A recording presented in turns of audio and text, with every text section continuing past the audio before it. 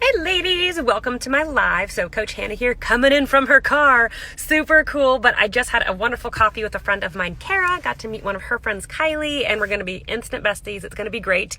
But we're going to go live today, and I want to talk about stopping dieting. So I'm not going to lie. Hey Hannah, thanks for joining. So I was trying to prop my phone on my steering wheel, and I keep trying to prop my phone on my steering wheel, and it keeps falling in my lap. So I'm going to just hold my phone for the whole live, and it's going to be great. My arm is going to go numb. What's up, Jordan? Hopefully you're having a great day. But today what I want to talk to you ladies about is, when do you stop dieting? So this question came up from a recent client, or a current client of mine recently, and I loved this question because no one had ever asked me before and no one ever talks about it. So she's losing weight, plenty of weight. She's feeling really good. It's great. I think one of my favorite comments, she's like, so my fiance just looks at me. So this is my client telling me this. She goes, my fiance looks at me and just goes, I see what she's doing. She, meaning me. So he sees what I'm doing and transforming her body. She's loving it, feeling really good. And she was just like, Hannah, when do we stop? Like, when is this done? Like, when do we get there? And when are you going to make me reverse? When do we actually start not dieting? I was like, that is an amazing question. There are typically 3 things that will happen to end a diet. Sometimes it's intentional. Sometimes we just have to abandon ship anyway. So, for example, number 1, when do you stop dieting is when you get there, when you accomplished the goal you set out to get. Maybe you are chasing a number on a scale. As much as that's not a great way to be, some women are doing that, and that's fine. That is what you are doing. Or you are trying to get into like the jeans comfortably without having to like wiggle worm your way into them all the time. So maybe you were just trying to get to a place where you just feel really good in your body, or you get to look at yourself in the mirror and be like, yep, looking good, feeling that. And you look and you feel exactly how you want, how you set out to do.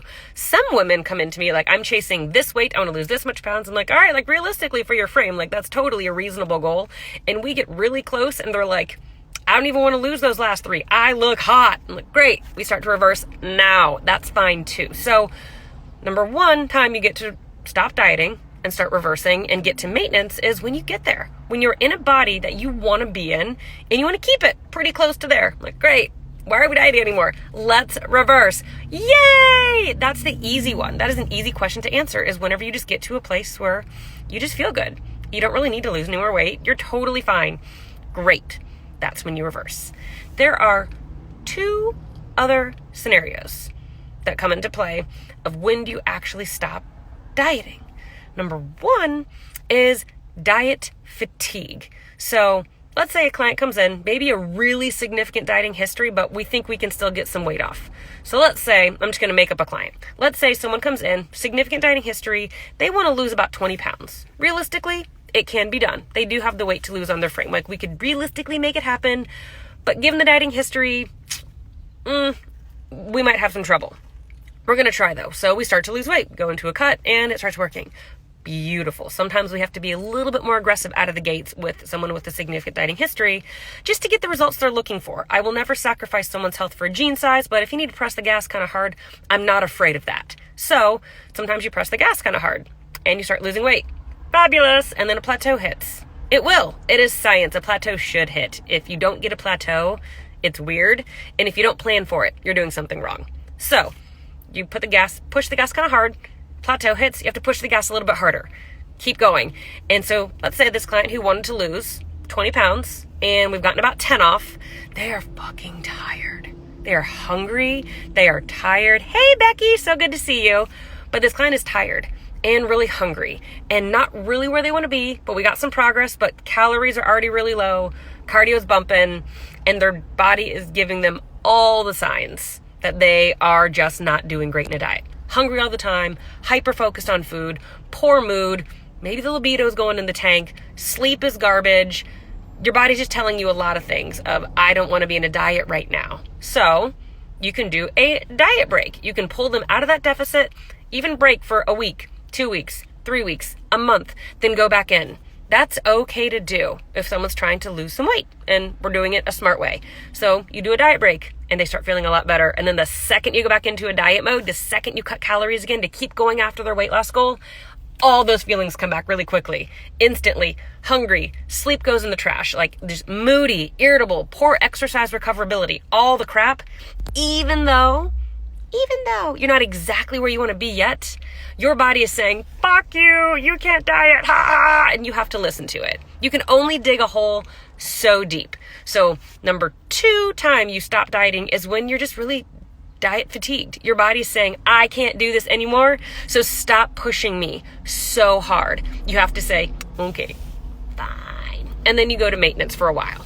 You reverse calories up, bring them up, chill at your perceived maintenance for, if you have a significant dieting history, you shouldn't be dieting in like less than 6 months. You shouldn't even try. It sucks, but it is what it is. So that's number 2, is you are just done. You aren't where you want to be exactly, but you just can't be in a diet anymore. You need a break. So then you just take a break. It's okay. Think of it like maybe know someone who did undergrad and then grad school. That's what I did. I did high school, straight to undergrad, straight to grad school, all the way through. That would be like me losing weight all the way through. Maybe you know someone who went to high school, they went to undergrad, thought they wanted to go to grad school, but they took a year off because they were really, really tired and they just needed a break from school. Then they went back to grad school and crushed it. So then they got the degree that they were going for. Great. So maybe you just need a break before you go get the degree. Maybe you just need to you did your high school, you crash dieted, then you went to college, we got some weight off, and then you were done. You were just so mentally and just everything was just done. You needed a break. So then you take a break off. That's like your hiatus year. Then you go back to grad school, you go back into the diet, finish it off, and get there. So you can break up your big weight loss goals into smaller pieces. A lot of women with a very significant dieting history often have to do that just because your metabolism and your body are very, very good at not wanting you to lose weight because all you've been doing your whole life is trying to lose weight. So you hit diet fatigue pretty quickly, then you have to go on a break, just try and maintain everything you lost. It's really not that hard to do. And then you go back into a deficit after a prolonged time at maintenance. I'm not kidding. 6 months is a low end of how long you should stay there. It's not like a Monopoly, pass go, collect $100, go right back into a diet the second you get to your maintenance. Unfortunately, that's just not how it works. So those are the 2 of the 3 times you stop dieting. Number 1, you just feel fucking hot. Like, this is good. I don't know why I'm working so hard anymore. Like, I'm content as hell. I would love to stop dieting. I just want to eat more food and feel good. Great. Let's do that. Or your body's saying, no matter how hard you work, I'm going to be done. We got some weight off, but you're tired. You cannot get over this biofeedback. It's time to stop dieting. All right. So then we take a break. Then there's number 3. Number 3 is the worst and really frustrating. And it's very common for a lot of women, is also a very significant dieting history, and maybe some hormones are a little out of whack. Things are just not stacked in our favor to lose weight, and we try to do it, and you gain weight the second calories drop, or literally nothing changes. You can literally plummet calories, increase cardio, and nothing moves. No measurements move, pictures don't change, maybe your jeans don't fit any different, nothing changes, nothing. I've seen it where literally someone comes in with the dieting history and we're like, let's see if your body will hang for a minute. You cut calories and the scale goes up. What the fuck? That means your body is stressed out. Dieting in itself is a stressor on the system. Exercise is a stress on the system. Low calories are a stress on your system. We just can use them strategically in certain doses to get what we want and to get the actual benefit of doing those things. Like, too much of a good thing can be a bad thing. So if your system is just really stressed, you have a really long dieting history, maybe work has been insane, things going on in your personal life, like your stress radar is just off the charts. Maybe your body's not handling it well. And the second you add an extra stressor, you add on a diet because you know what? Everything sucks. So I'm just going to focus on my health now and I'm going to not eat anything and I'm going to work out all the time. And what the fuck? I'm getting fatter. That means your body's saying, I'm so stressed. This is making it worse. So I'm going to make your life worse, you bitch. Watch me. So then you have to listen. Then you got no weight off. You tried. Your body's not hanging there. So then you literally just don't have a choice. Why on earth would you go into a really hard diet for it to not work? That would suck. So you don't. So the 3 times you are done with dieting, number 1 is the best one. You get there. You're feeling hot, you look hot, you feel amazing, you feel healthy, and you're just done trying so hard. Hey, Michelle, I didn't see you creep in there. Hopefully you're having a great day. But you get there. You stop dieting when you get there, when you look how you want to look. And that is okay. It is okay to have physique goals. It's not vain. Every woman has the right to look exactly how she wants in her body. I'm not talking, eating disorder, all of that stuff. I'm talking about a woman who's like, you know what? I just want to lose some weight. I want to see some lines. Like, I want to look in the mirror and be like, yeah, I want to look hot for my spouse. Let's do it. That's fun. That's okay. So when you get there, it's okay to say, I'm there. You don't have to get the leanest possible ever for your frame to stop dieting. That's taking it too far for most people. All my clients are lifestyle clients. There's no reason you need to look like someone that you're following who steps on stage. They look like that for like 6 minutes. They step on stage and then they go and they eat their face off for their cheat meal, and then they reverse diet out of it, and then probably sit 6 to 12 pounds, sometimes 20 pounds heavier than their stage look at their lifestyle weight. So if you just want to hang at your lifestyle weight because you just like how you look, you feel good, you're done. Great. Stop dieting. That's awesome. You don't have to take it to a dark place to be like, hey, I lost like 20 pounds. I feel hot. My fiance can't keep his hands off me. Let's do this. Like, I'm good. Great. We're done. Number 2 is you got some weight off, but we had to dig a really, really deep hole to get there. And you're just tired. You are hungry. You're working really hard, and your body's just giving you the throes of like, I'm not loving this anymore. So you're just fatigued. So we pull out when you're diet fatigued to give you a break, at least 6 months or so. Then we go back in when you're rejuvenated, refreshed, recharged, and we can go back at it with full vigor. Kind of like the analogy I used of you go to college and you're really fatigued. You take an off year, you take a break, you take a sabbatical, then you go back to grad school sometime. So you can take your sabbatical in the middle of your diet before you go finish off the end. That's number 2. Number 3 is when you just try and diet and it literally goes the wrong way, or you get blood work back and hormones are insane. For health reasons and stress reasons, your body will just not be responsive. And you'll know sometimes by dropping calories and you gain weight, that's your body saying, no, I cannot diet right now. So that means you don't even get to diet before you even lost weight. That's the crappy one, but a lot of women are finding themselves in that situation because of a really long-standing history of in and out of crash diets. So a lot of us women have done a great job of treating our body like something to manipulate or a garbage can on the weekends, and we don't feed it at all during the week, and then we eat our face off on the weekend and we don't feed it during the week. So we haven't been very nice to our body for a very long time. So sometimes we can't always get what we want right when we want it and lose weight right when we want it, and we have to treat our body with respect first. So those are the big 3. You get there, awesome, let's stay there. You got part of the way, but you're just really fatigued. We just need to take a break, or your body's just giving you a hard no. Those are the 3 times when you would stop dieting. I want to follow this with one more thing that the client who kind of prompted this whole thing said she found really helpful was she's like, all right, like someone like you, someone who lost the weight and now you're just chilling. When do you diet? When do you not diet? How do you do it? So basically, if you're seeing someone who's maybe more of like a lifestyle person, I'm not talking like a competitor. Some women have like their pro card, like that is what they do. Good for them. I've never been on stage in a sparkly bikini, and that's okay for me. So I know my body and I know a weight range in which I'm comfortable. I'm sitting probably 7, 8-ish pounds north of when I did that photo shoot last year to get some like physique photos, all the good stuff. It was super fun, and I worked very hard to get there. I have a very significant dieting history, so I can't just sharpen up a little bit on my nutrition and lose weight. That just does not work for my body. It's like, nope. Work harder. So I have to sometimes, which is why I have not done formal cardio nor eaten in a deficit. I haven't tried to diet in, it'll be almost a year, just shy of a year, and I'm doing fine.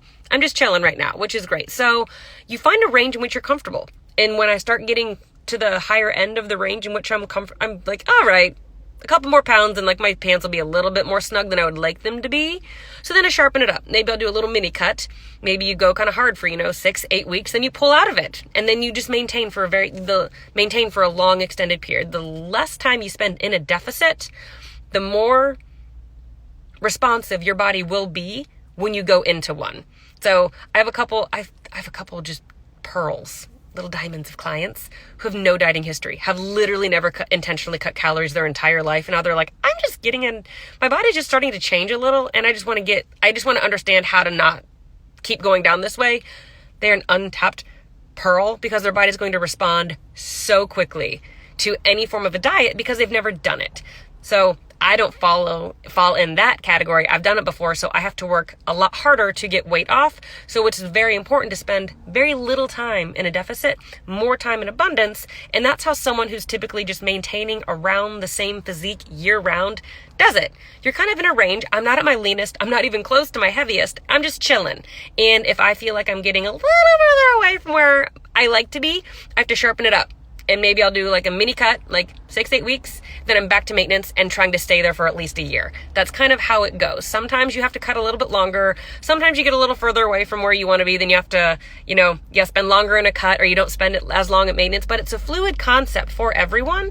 But ideally, the end game for someone like me and for many of my clients is to get into a body where you just genuinely feel like yourself. You feel at home and you feel good in your own skin, and you want to stay there. And staying there's a fluid concept. Sometimes you want to push the gas really hard and get a little shreddy. You want to get some lines for the summer, and that's okay.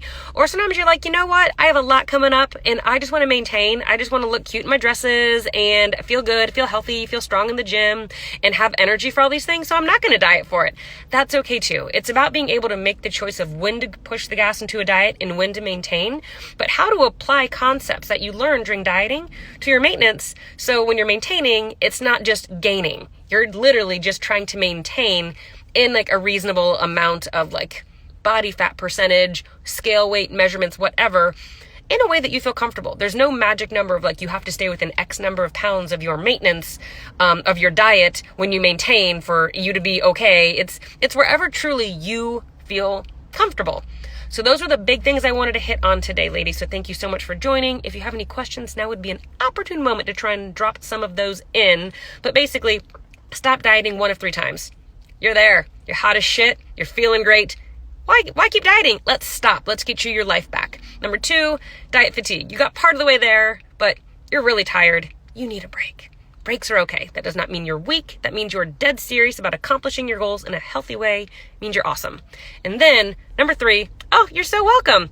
Number 3 is your body is just not having it. It is what it is, and you have to listen to your body. And then the last thing I touched on was how to just kind of get there, and maintenance being a fluid concept. So for any of you that came in late, thank you so much for joining. Go ahead and watch it back from the beginning. If you have any questions, concerns, anything that pop up, drop a comment below, shoot me a DM. I will answer everything, but that is it. I should probably go because I think my meter is now out. So I'm going to go pick up Diego from daycare. And thanks, lady, for saying that. And hope you guys have a great day. Bye. I think it's right there. Boop.